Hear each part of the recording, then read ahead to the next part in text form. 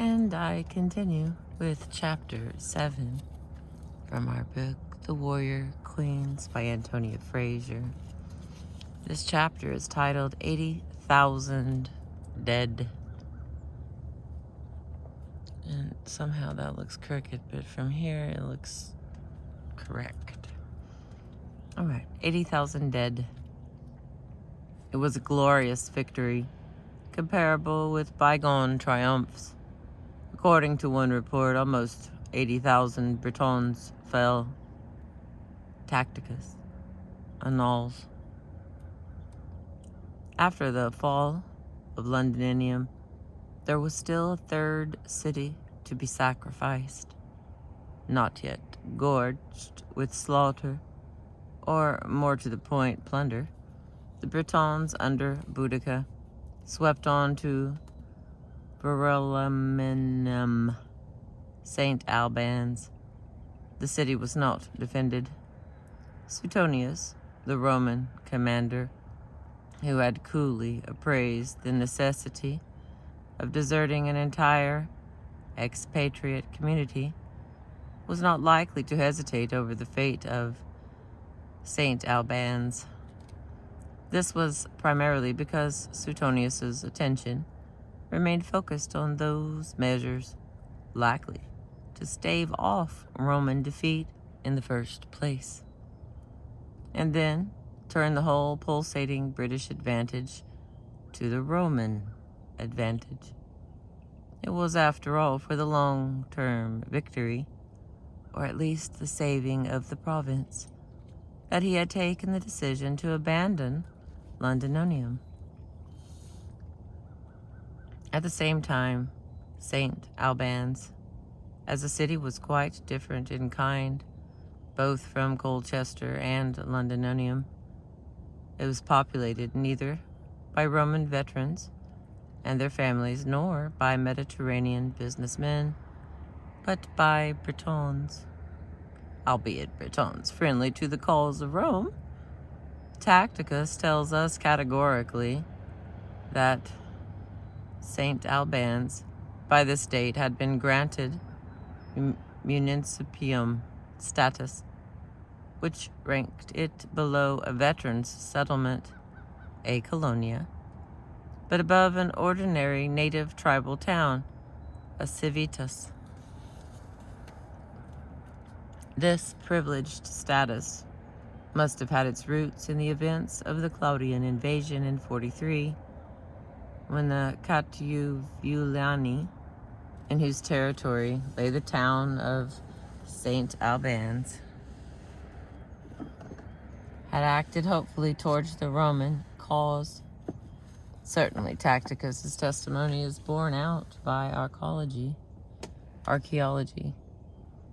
A Belgic stronghold called Berlameo had antedated St. Albans on the same site, but excavations by Sir Mortimer Wheeler and later Shepherd Ferreri have revealed that a carefully planned new British city was laid out from about AD 49 onwards.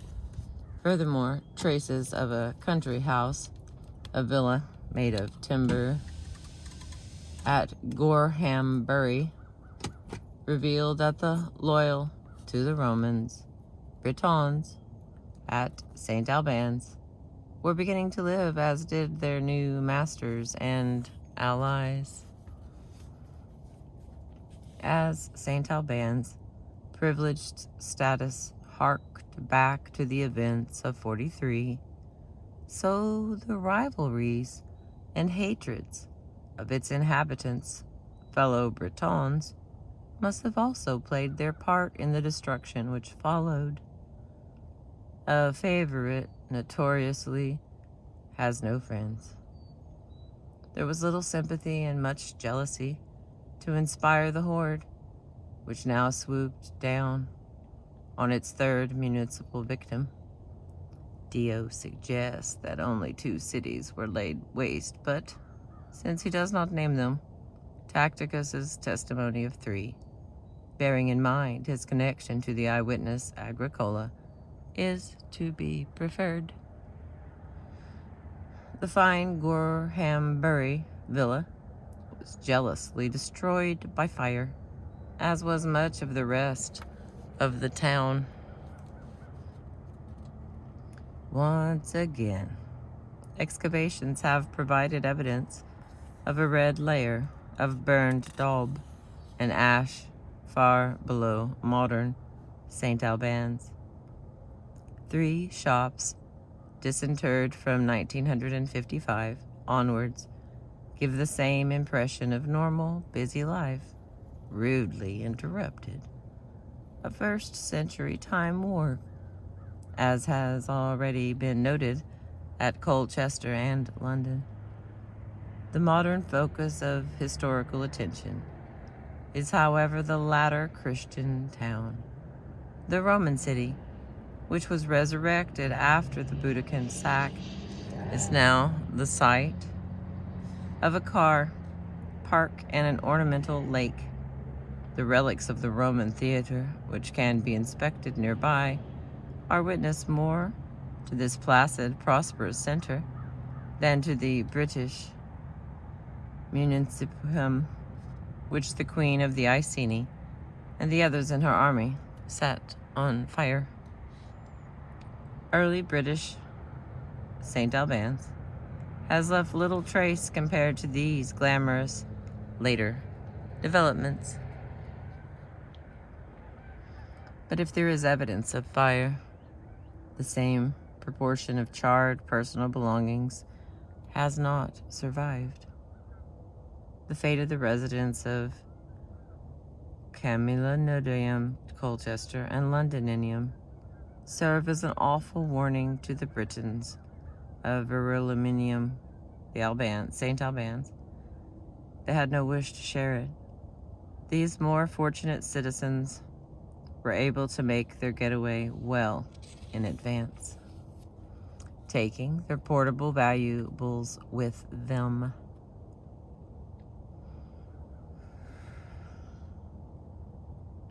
At least their furious fellow Britons were able to revenge themselves on the buildings of the favored Municipium, and that must have been satisfactory.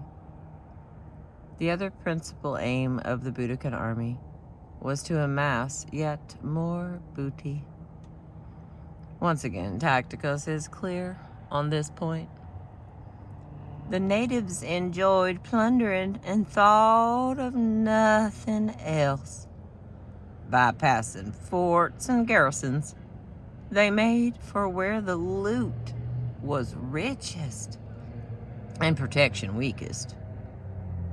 Even if one allows for Tacitus's natural tendency to emphasize the superiority of the Romans, it must be admitted that Boudica, or whoever actually decided the direction of the British army under her titular command, had made a strategic mistake in ignoring, for the second time, the need to strike at Suetonius while he was at his most vulnerable.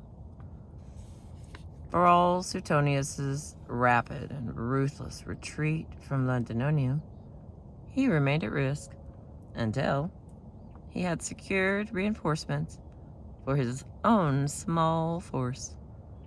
This urgent need for reinforcements provided indeed the strongest argument for the theory that Suetonius must now have turned back to the Midlands and away from the London area. The source gives us neither a specific geographical setting nor a time scale for the crucial events following the sack of Verulamium. Britons. The principal asset of the Boudican army was its size, enormous, if now unquantifiable, but doubtless swollen with each successful foray, as the local tribes increasingly came to see the British side as the winning one. Then there was that famous Celtic courage, rashness, if you like, which was particularly effective in surprise attacks and ambushes. Both these assets were liable to diminish as Suetonius caught up with his desired reinforcements, seasoned troops, and the British numerical superiority declined. And an element of surprise in the British attack would obviously not be long preserved. Certainly not long enough for the Britons to gorge themselves in a further feast of municipal plunder along the way. As it was, Suetonius had to face yet another reverse. This time one dealt out to him by his own side. Suetonius's plans for bolstering up his own numbers from among the various legions scattered about the province included summoning the 11th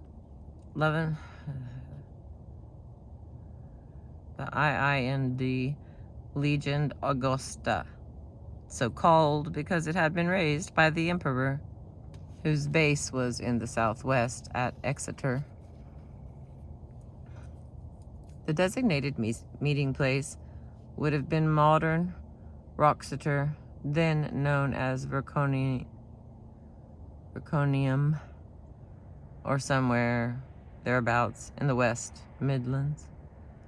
Unfortunately, Ponius Postumus, the Roman commander in charge of the legion, his actual title was Praefectus Castorium, that is, camp commandant, failed to bring his men to the appointed rendezvous. Ponius Postumus' reason for ignoring the summons are unknown. He may even have been pinned down by another tribe and had no choice in the matter. But his failure to arrive certainly increased Suetonius's problems. Lacking the men of the Augusta, the latter was left to pull together the 14th Legion and a detachment of the 20th. These had been with him on the Mona expedition, and the nearest auxiliaries available. Out of all these, Suetonius wielded together a force of men variously estimated at between 10 and 15,000. Even if Dio's estimated figure of 230,000 for the Boudiccan army is reduced to 100,000 or less, Suetonius's troops must still have been heavily outnumbered. On the other hand, these were hardened fighting men.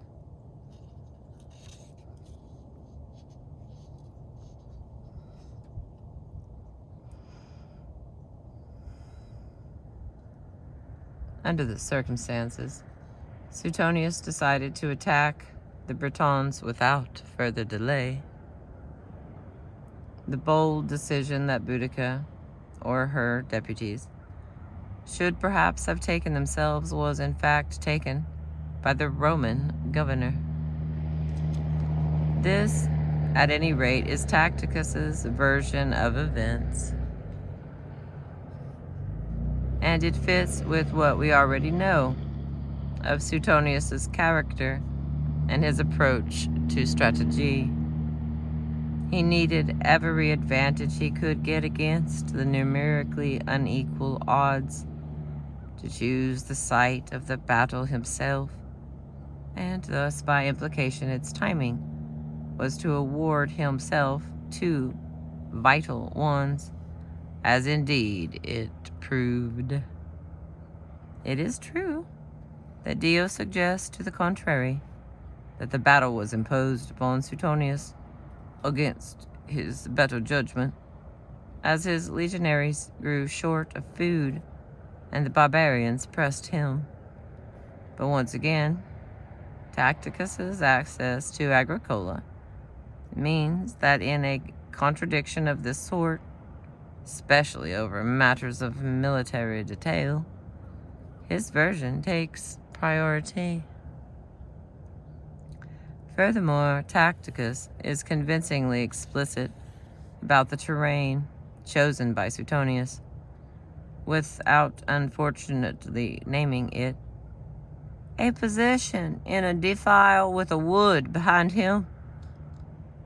This meant, as Suetonius realized, that he would only have to face an enemy at his front, and here there was open country without cover for ambushes. These details smack of actual decisions taken and recollected in tranquility long after. Much ink has been spilt over the site of Boudicca's last battle, figuratively as well as actually, since it continues to be split in what might be described as the post-ink age. With Dio passing over the subject altogether, he tells us nothing at all about the actual site of the battle, not even the nature of its terrain, and Tacitus confining himself to the physical characteristics quoted above. An atmosphere had prevailed in which supposition, proposition, and opposition have all been able to flourish happily. In the 1980s, two scholarly disputants concerning the location of the site did agree about one thing, that the search for the pattern of the Boudicca campaign is great fun. The key question must remain the view taken of Suetonius's movements after his departure from Londinium and during and after the sack of Verulamium.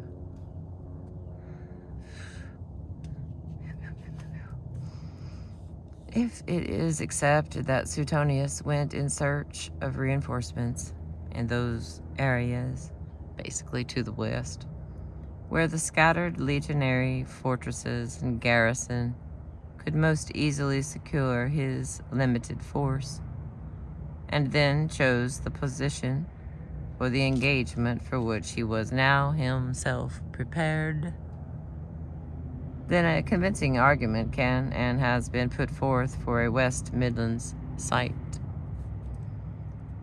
In centuries gone by, however, a romantic attachment was felt to the notion of a last battle in London itself, with special heed given to the area around King's Cross Station, built in 1852, and for which the name Boadicea's Cross was at one point even proposed. The name Battle Bridge, for an old crossing of the Fleet River near King's Cross, was held optimistically to offer encouragement. Thomas Nelson, author of the History of Islington, printed in 1811, was among antiquaries who were attracted by the idea of locating thereabouts the operations of the Roman general in his arduous contest with that injured and unfortunate princess. In his long but spirited biography of 1937, Boadicea, Louis Spencer took much trouble by the use of ancient contour maps to point out the existence of some kind of defile around York Road and Caledonia Road, between the acclivity of Pentonville and the high ground near Gray's Inn Land. Nor has London and its environs been allowed to dominate the field entirely. Other suggested localities have included Wheat Hampstead, while Ambersbury Banks, a large earthwork in Epping Forest, is among local sites where the tradition of the last battle is cherished. Moreover, in 1983, a revisionist argument for the Staines area was put forward by Nicholas Fuentes in The London Archaeologist, concentrating on the age-old valley between the well-wooded Shrubs Hill and the River Thames, and placing the defile approximately where Virginia Water Station is today. This argument, however, demands a radical reassessment of Suetonius's campaign following Mona, including the theory that he actually brought his entire task force to Londinium, not merely his cavalry. It also proposes that Cogdubunus and the Atrebates of the Silchester area were somehow involved in the last battle. In the absence of firm new archaeological evidence, all this seems a revision too far.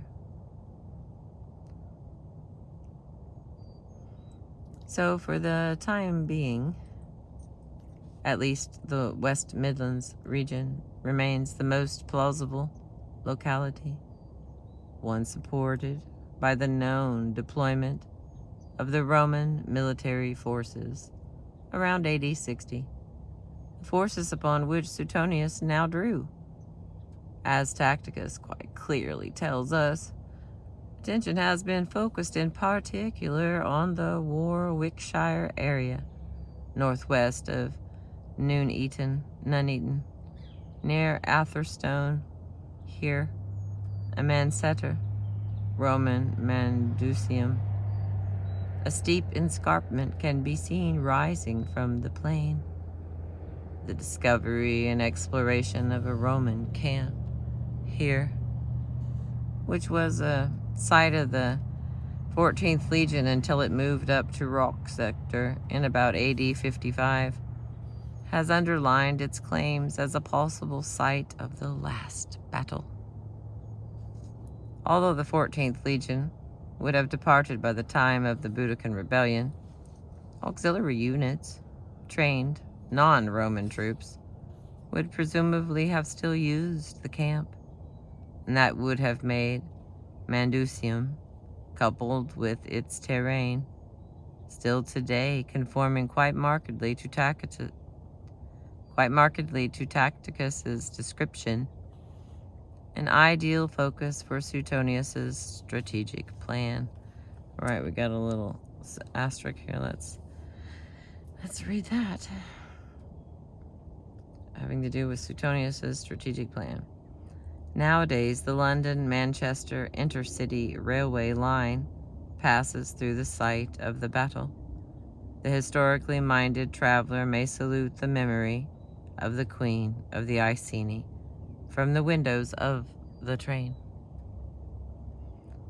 It would, of course, take the discovery of some quite remarkable finds, such as a mass burial with closely identifiable weapons in association, for the status of Mansetter Mandusium to be finally verifiable. In the meantime, no more plausible alternative has been put forward. If the site of the last battle is finally unknown, and perhaps unknowable, the course of the battle presents a different problem. One travels back in time from the suppositions of the 20th century archaeologists, agreeing only on the lack of certainty possible and the fun involved in the discussion, to the ancient historians who express their respective certainties by once again contradicting each other, as they do over Suetonius's role in its inception. Once again, for the same reason, Tacticus's is the preferred account. There was one matter on which the two ancient historians did agree, that the battle itself was preceded by a series of set speeches. But as with Dio's earlier Boudiccan speech, recounted in Chapter 5, this was more a question of contemporary protocol than historical accuracy. In this case, Tacitus and Dio give us a total of 3 speeches, one apiece for Boudica and Suetonius from Tacitus. Dio, having already given the queen her say, contents himself with awarding Suetonius's tripartite speech, delivered in turn to his 3 divisions. It is Tacitus's portrait of the queen on this occasion, driving round and round the assembled tribes in her chariot, with her daughters in front of her, which has made an indelible impression. It has become joined to that physical description given by Dio on the earlier occasion of the tall, splendid, and ferocious red-haired Celt in her war panoply. Together they form the popular images of Boadicea. We British are used to women commanders in war, the queen cries before adding, with a neat lack of logic many other warrior queens will be found to echo.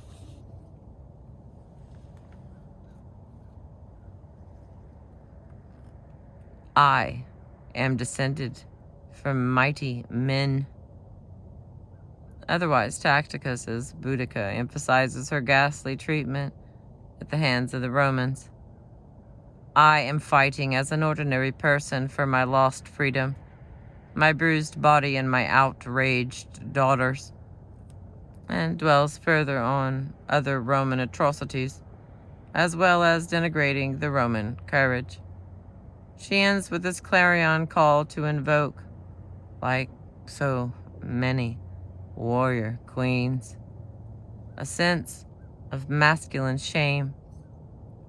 Consider how many of you are fighting and why. Then you will win this battle or perish. That is what I, a woman, plan to do. Let the men live in slavery if they will. Suetonius, according to Tacitus, also stressed the feminine presence in the British ranks, but in this case, he did so only in order to hold it to scorn. In their ranks, there are more women than fighting men. Dio's Suetonius equally took the opportunity to sneer at the natives.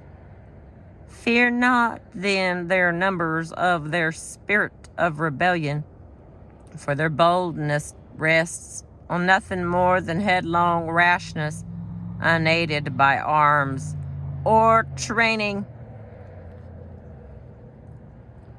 The Britons' achievement in capturing the 2 cities of Camalodunum, Colchester, and Londinium is dismissed as being due to betrayal in one case and abandonment in the other.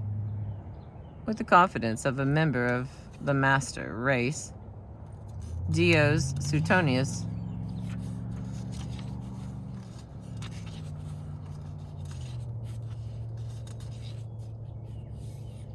declares, let them learn by actual experience the difference between us whom they have wronged and themselves. Okay, hang on. Let's try that again, because that feels like I did that wrong. I just had to skip 8 pages of pictures, and I lost my... All right. Let me try that again. Yeah, because that's him saying ugly stuff. The Britons' achievement in capturing the two cities is dismissed as being due to betrayal in one case and abandonment in the other. With the confidence of a member of the master race, Dios Suetonius declares, "Let them learn by actual experience the difference between us, whom they have wronged, and themselves." The rightness of the Roman cause is indeed one of the major themes of Dios Suetonius. The gods are our allies, he goes on to say to his third division, for they almost always side with those who have been wronged. His other theme is the natural superiority of their heritage. We are Romans and have triumphed over all mankind by our valor. Lastly, Dios Suetonius does at least envisage the possibility of defeat, if only to allow the author to dwell once again on those British atrocities which he had already described so vividly apropos the women sacrificed to Andante. If the Romans did not triumph and were captured, they could expect to be impaled, to look upon their own entrails cut from their bodies, to be spitted on red-hot skewers, to be melted in boiling water. In a word, to suffer as though thrown to lawless and impious beasts. Impious beasts. Yeah, they're P-I-O-U-S, yeah. In the event, Suetonius's confidence was justified, except that the courage was found equally on both sides, the skill and experience solely on that of Rome. Even before battle was joined, the two armies drawn up for battle would have presented an extraordinary contrast in their equipment and the manner of their array, a contrast which only became more intense as the conflict proceeded. Here were the Britons, a vast concourse of them, it is true, but in no sense a standing army. The fact that they were farmers, that they had literally come off the land, would be cruelly emphasized in the aftermath to the battle. The Celtic sword was the traditional weapon of such people, a sword with a long history, a sword such as the sword with which the wild deer Cuchulainn had been able to dispatch all 14 soldiers sent after him by the wicked Queen Medb. They wore no body armor of any sort, except perhaps a pair of loose trousers, if we judge by the gulls depicted on the Roman sculptural reliefs. The fine helmets and decorated shields which the civilization has left behind were for the aristocratic warriors among them. These too would have been mounted on the light wickerwork chariots, like to their queens, from which they slightly old-fashioned and had vanished altogether from the British Celtic host by the 2nd century AD. We may believe that this concourse had the noisy, shambling quality of the Celtic array, with its music and its shouting, and some hoarse amalgamation of the two. Perhaps the most significant difference of all between the British army and the one which faced it within the defile was the Britons had brought along their families to see the fun. There they were, women and children, in a series of wagons stationed at the edge of the battlefield, which meant, given the lie of the land at the back of it, one imagines a certain boastfulness in the mounted warriors of the Britons, and in their foot followers too, as beneath the eyes of their dependents they seethed over a wide area in unprecedented numbers. The presence of these innocent camp followers in a position which might well and in fact did prove extraordinarily dangerous illustrates perfectly how war for the Britons, with its joy of fighting, its hope of plunder, was a serious but also a tribal business. For the Romans, on the opposite side, war was not only a serious business, but the only business. It was for this that the legionaries had been trained in many cases over long years and in the hard school of continental warfare. Above all, it was for this business of fighting that they were equipped, and equipped in a manner which was developed further each decade, with the sole aim of making every legion a superb fighting machine. Against their naked or near-naked opponents, they wore helmets, including neck protection, light body armor to the waist, broad leather belts with metal-tipped leather thongs falling below it, and studded open boots like hobnailed sandals. When it came to weaponry, the Roman cavalry had their lances, while the infantry, as well as curved wooden shields with bosses, had a pair of javelins per man. These javelins were 7 feet long, with a 3-foot iron point, difficult to remove once embedded, but their long wooden shafts made them easy to throw. With the aid of his javelin, the legionary could render his opponent's shield useless, or even pin the two of them together. Furthermore, a legionary also had a shorter 2-foot sword, his gladius, hence gladiator, and a dagger.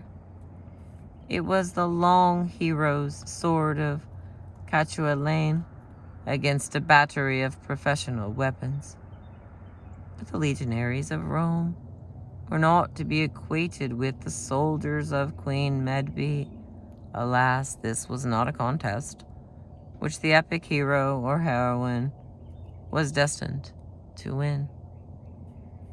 At the first charge of the Britons toward the defile, which contained their enemy, the Roman legionaries deliberately held their ground without counterattacking, as they had been trained to do. But when the order finally came to burst forward with their lethal javelins, they did so in wedge formation and to murderous effect, accompanied by the infantry of the auxiliaries. Finally, it was the cavalry's turn to demolish all resistance. We do not know how long the battle raged, all day, less than that. The duration was of less significance than the final result.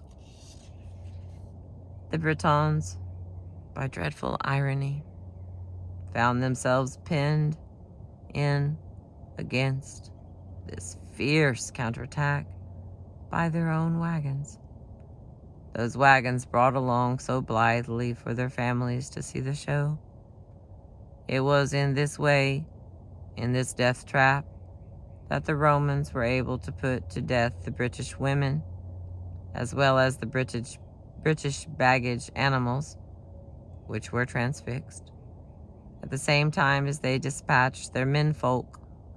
According to one report, says Tacitus carefully, 80,000 of the Britons died, compared to 400 Romans killed and others wounded.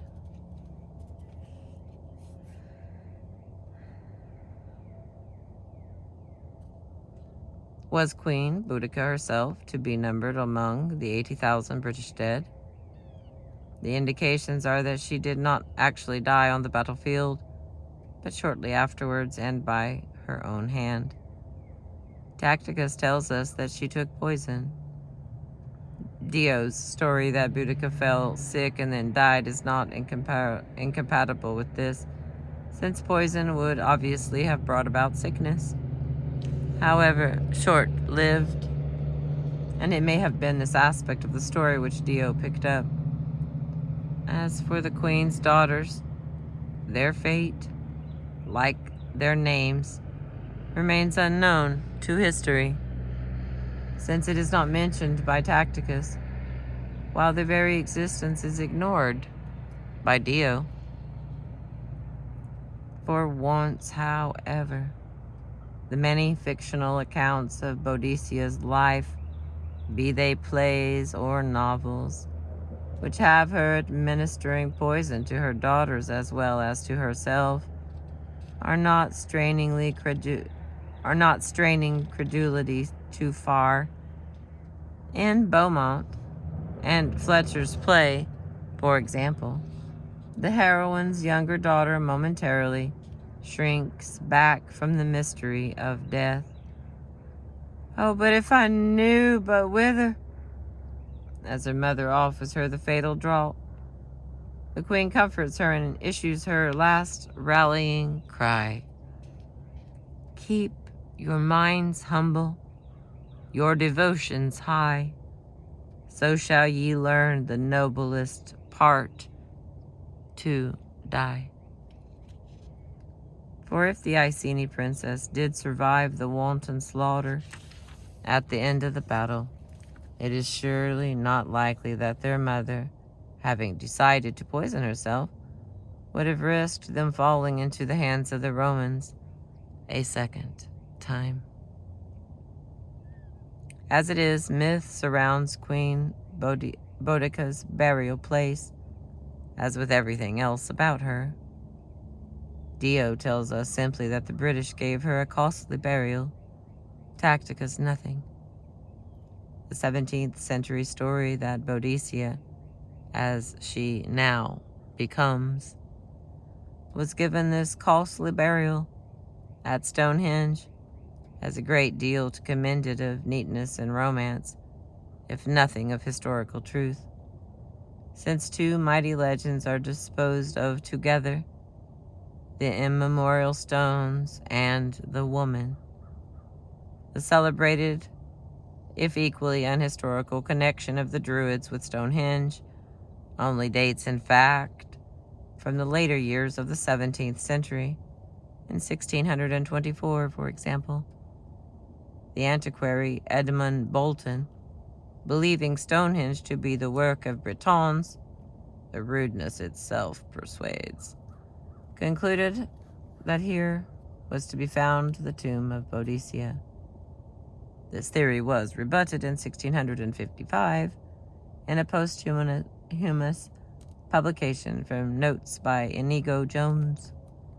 He pointed out that a mighty prince may be buried with great solemnity, yet no material monument be dedicated to his memory, adding that it was unlikely the Romans would have permitted an everlasting remembrance of Boadicea. Although the Romans had, in fact, a tradition of allowing their enemies to carry away their dead for burial to avoid evil spirits, so that the erection of an everlasting remembrance was not out of the question in Iceni country.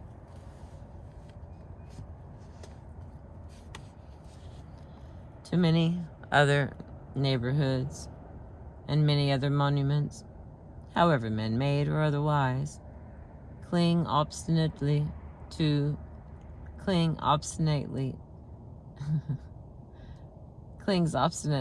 the tradition that here lies Boudica. Counted among them are a mound on Hampstead Heath, known as Boadicea's tomb, in reality more likely to be a Roman burial place. Various sites around Parliament Hill, following the legend of the London King's Cross battle. Warlies Park, Waltham Abbey in Essex, the Bartlow Hills in the same county, and the tumulus known locally as the Berberys in the grounds of a parsonage at Quidenham in Norfolk, the name being hopefully regarded as a corruption of Boadicea or Boudica. The legend of the King's Cross battle is also responsible for periodic bursts of enthusiasm, most recently in 1988, suggesting the British Queen must lie buried under Platform 8 of the station itself. A story which may at least divert the weary traveler, causing him or her to ruminate on the possible advantage of the chariot over the train as a means of conveyance. The discovery of a mid-1st century British burial place containing the bones of a woman of royal rank would be exciting enough in its own right. It would also, for better or worse, put an end to such innocent local fantasies. Whatever the truth of the costly burial and its precise situation, and as with the royal palace of the Iceni, one must not give up all hope of finding it within the tribal area. It is reasonable to assume that Queen Boudica took her own life. Let us suppose that the Emperor Nero did choose to exercise clemency toward this barbarian princess, once she had served her purpose in the triumphal procession, as Claudius had exercised clemency toward Caradocus. Let us suppose that the offer was made, and the Iceni queen believed that the promise would be kept. She would not have wished to live out her days a slave. Shakespeare's description of Cleopatra, not wishing to see some squeaking Cleopatra boy her greatness on the Roman stage, would surely have been paralleled by Boudica's own profound wish not to experience further humiliation. There were royal slaves who settled down in Rome. Queen Zenobia of Palmyra will provide an interesting example of such in the following chapter. There were also the barbarian captives described by Gibbon, taken in thousands by the chance of war, purchased at a vile price, accustomed to a life of independence, and impatient to break and revenge their fetters. Everything we know about Boudica, one certainly accustomed to a life of independence, suggests that she would have fallen proudly into the latter category. As for slavery, there is, of course, also no guarantee that she would have been offered that option. It is true that the women folk of Caradocus had been well treated following his ritual exhibition in a Roman triumph, but Caesar earlier had executed Vercingetorix after a similar display. Caradocus's women folk were also women who had acted within the Roman meaning of the word. They had not challenged the might of Rome successfully. Boudica, who had already experienced Roman brutality before ever she rebelled, had no reason to suppose that the penalties which followed it would be any less severe. As the queen herself was made to exclaim by Tacitus, for her as a woman it was a case of winning this battle or perishing. She had not won. We must therefore believe that she kept her word and perished.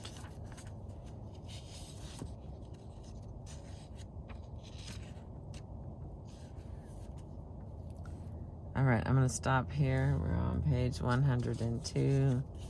And then there's some pictures that will make this more interesting, but I've had a lot to read today, my friends. Okay, let's see if I can show you a few pictures here. There's one of them. It's her on her chariot with her daughters. There's some words about it down there. There's another picture on the wrong way there.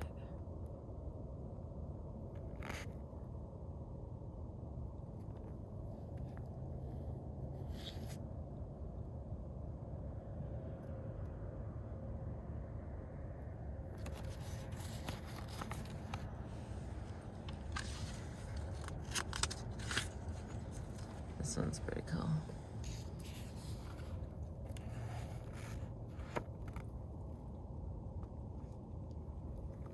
And then there's some burning stuff.